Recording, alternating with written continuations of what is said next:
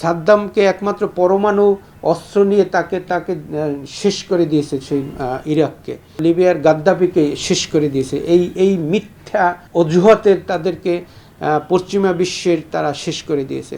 আজকে এই মুসলমান কান্ট্রিগুলো যদি এক থাকতো, ওয়াইসে যদি সংগঠিত থাকতো এবং তারা এই মুহূর্তে যে আঞ্চলিক যে মুসলমান কান্ট্রিগুলো মধ্যপ্রাচ্যে যদি এক থাকতো তাহলে সাহস করতো না।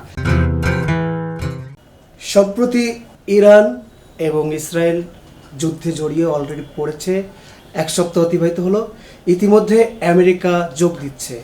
সার্বিক এই বিষয়গুলোকে কিভাবে দেখছেন? বর্তমানে ইসরায়েল, ইরান এবং এটা একটা মুসলমান ইহুদিদের যুদ্ধের ভিতর থেকে অতিবাহিত হচ্ছে। ইসরায়েল পশ্চিমা বিশ্বের সীমাহীন সমর্থন পেয়ে ইরানের উপরে এই আক্রমণ চালাচ্ছে এবং এই ইসরায়েল আসলে একটি দখলদারিত্বের দেশ। এদের ইতিহাস কিন্তু ওই যে মুসলমানদের করুণা এবং মুসলমানদের আবেগের উপরে তাদের এই ইসরায়েল দেশটা প্রতিষ্ঠিত হয়েছে। সেখানে তাদের অন্তপক্ষে এটা ভুলে যাওয়া উচিত নয়। আজকে মধ্যপ্রাচ্যের দেশগুলোর সাথে মধ্যে হাজার হাজার বছরের যে সম্পর্ক, সেই সম্পর্কের সাথে ইসরায়েল কোনো ধরনের কারণ ছাড়া আজকে ইরানের উপরে একটি তারা পেশি শক্তি, আক্রমণাত্মক পরমাণু শক্তি তারা প্রয়োগ করার জন্য চেষ্টা করছে। আমি মনে করি এইটা সম্পূর্ণরূপে পশ্চিমা বিশ্বের উস্কানিতে তারা এইগুলো চালাচ্ছে। এবং এই মুহূর্তে আমি দেখলাম যে এই মধ্যপ্রাচ্যের যে মুসলমান দেশগুলা, এদের ভিতরে হাজার বছরের একটা সম্পর্ক এবং আঞ্চলিক সম্পর্ক, যে সম্পর্কের খাতিরে তারা একে আরেকজনের ভাই হিসাবে তারা গণ্য করে, রাষ্ট্রীয়ভাবে গণ্য করে। তো সেক্ষেত্রে আমাদের এই রক্তপাত, মানবতা বিরোধী অপরাধের জন্য ইসরায়েলকে একদিন এর কাঠগড়ায় দাঁড়াতে হবে। তো সেক্ষেত্রে আমি মনে করি এই মুহূর্তে ইসরায়েলদের পশ্চিমা বিশ্বের সহায়তায় ইরানের বিরুদ্ধে যে মানবতাবিরোধী অপরাধ চালাচ্ছে, এটা সম্পূর্ণরূপে আমি ঘৃণা জানাচ্ছি, আমি এর প্রতিবাদ জানাচ্ছি। এই যুদ্ধ দ্রুত বন্ধ করা উচিত। না হয় আমি মনে করি এই জন্যে এই যে আজকে প্রধানমন্ত্রী বেনিয়ামিন নেতানিয়াহুকে একদিন আন্তর্জাতিক কাঠগড়ায় দাঁড়াতে হবে।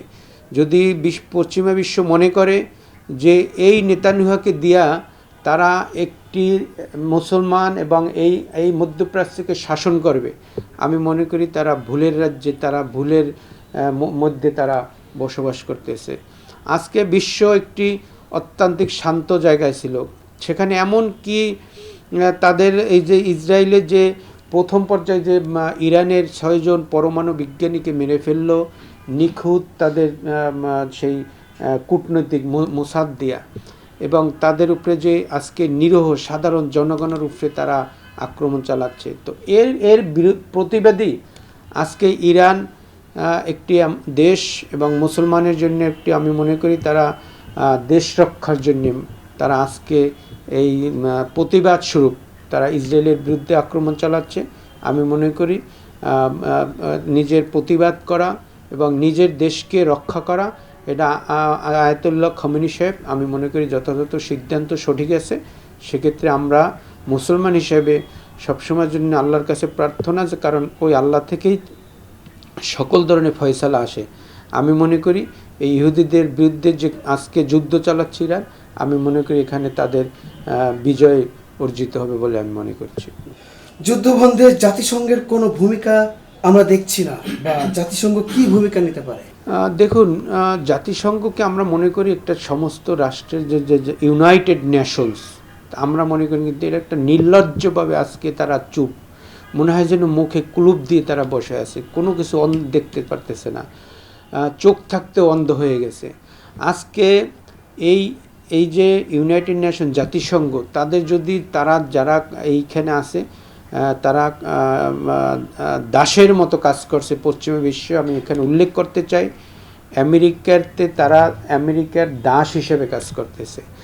যেখানে ইউনাইটেড নেশন জাতিসংঘ এবং যেখানে বাংলা বিশ্বের ভিতরে সমস্ত যারা ওই যে জাতিসংঘের যে যেখানে তা প্রত্যেকটা দেশে কিন্তু স্বাক্ষরিত আছে তার দেশের, যে তারা অস্ত্র প্রয়োগ করবে না, প্রত্যেকটা দেশের সাথে তাদের আন্তর্জাতিক মানের যে সম্পর্ক সেইটা রক্ষা করবে।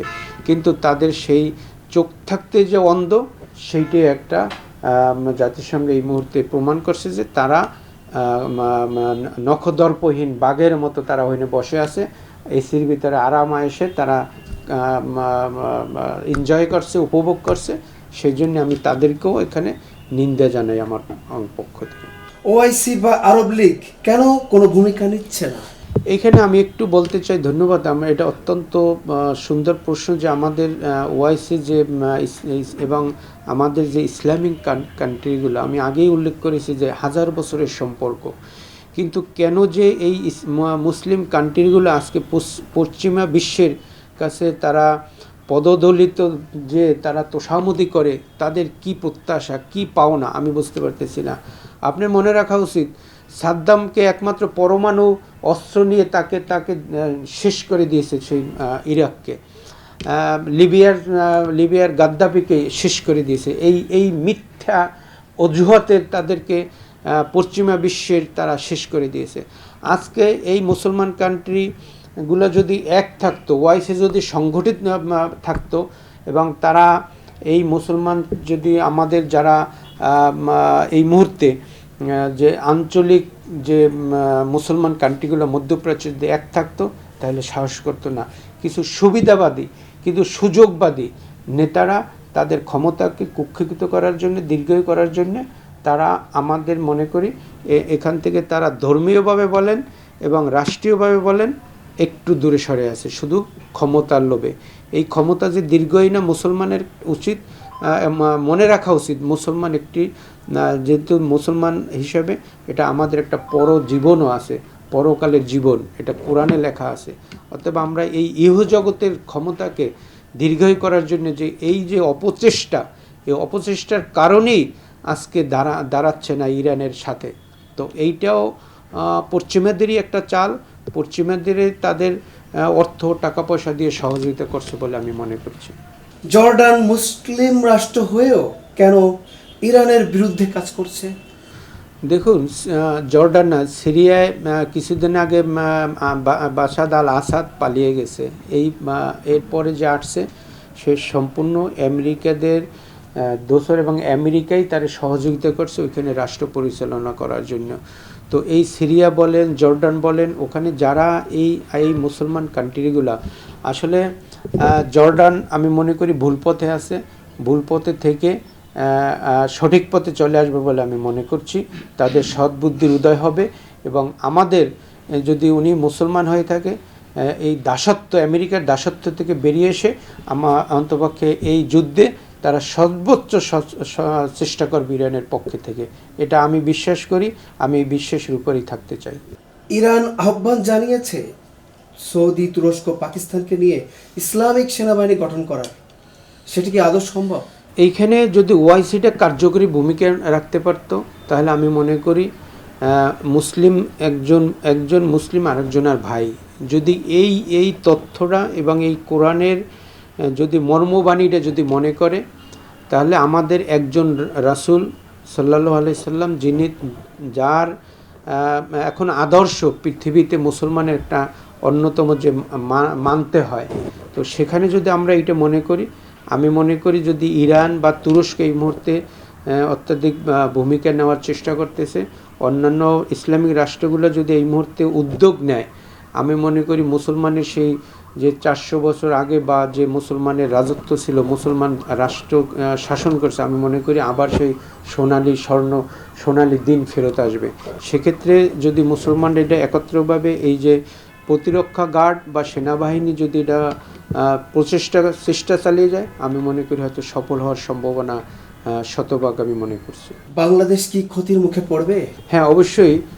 আমরা যেহেতু এই মুহূর্তে আমরা 5ই আগস্টে বিপ্লবের পরে একটা অন্তর্বর্তীকালীন সরকার দায়িত্বে আছে, এবং সেক্ষেত্রে আগের যে সরকার ফ্যাসিস্ট শেখ হাসিনা বাংলাদেশে অর্থনৈতিকভাবে বলেন, বিভিন্ন সামাজিকভাবে, এবং বাংলাদেশের যে মধ্যম আয়ের বলে যে দেশটাকে তারা চেষ্টা করেছিল সেইটা ছিল একটা কাল্পনিক, এবং তাদের প্ল্যানিংয়ে আসলে বাংলাদেশ এই মুহূর্তে আমি দেখলাম যেটা 29 লক্ষ আরও গরিব, এরা যারা ছিল তাদের থেকে আরও গরিব হয়ে গেছে।